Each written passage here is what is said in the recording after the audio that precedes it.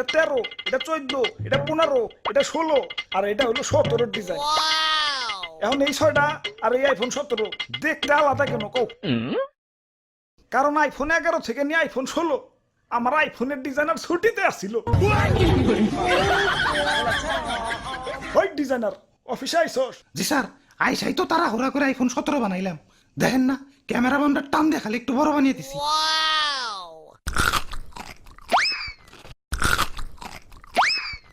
আমি আইফোন কোম্পানির সিইও, এক আপেল আমি এক কামড়ের বেশি খাই না।